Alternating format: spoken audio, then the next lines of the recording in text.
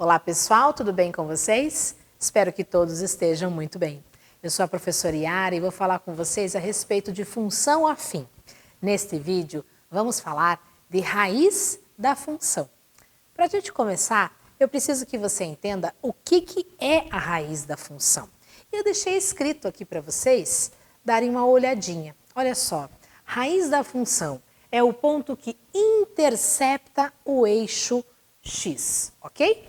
Então, se a gente fosse pensar num plano cartesiano, eu vou fazer ele bem pequeno aqui, só para você perceber.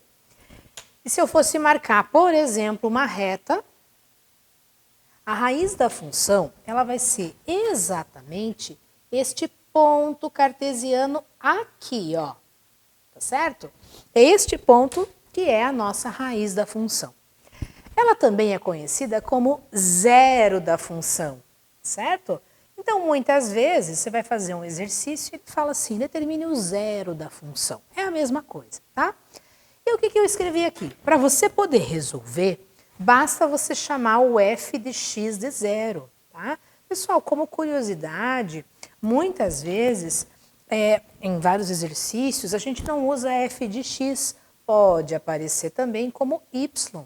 Então, basta que você iguale ele a zero e, naturalmente, resolva a equação que vai ser gerada, tá? Porque se você observar, este ponto que está aqui, a coordenada y dele é zero. Então, quando você iguala a zero, naturalmente, você vai encontrar essa tal raiz da função. Dá uma olhadinha aqui, ó. Trouxe dois exemplos para a gente resolver. Então, basicamente, nós vamos igualar a zero. Olha só. Vou pegar então essa estrutura, vou escrever primeiro ele aqui. Uma dica que eu te dou, quando o x é positivo, escreve ele primeiro, tá? Ó, igual a zero. De acordo com os seus conhecimentos de equação, e se você precisar, tem vídeos de equação lá para você, tá?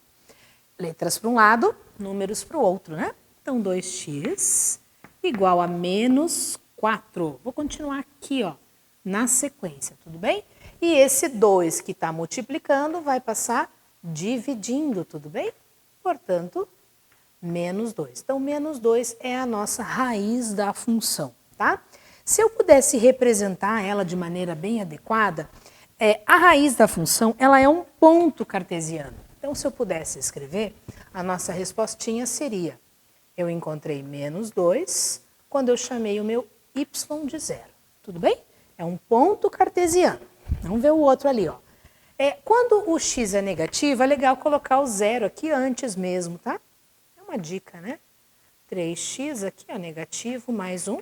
Mesmo esquema, letras para um lado e números para o outro. Então, 3x igual a 1.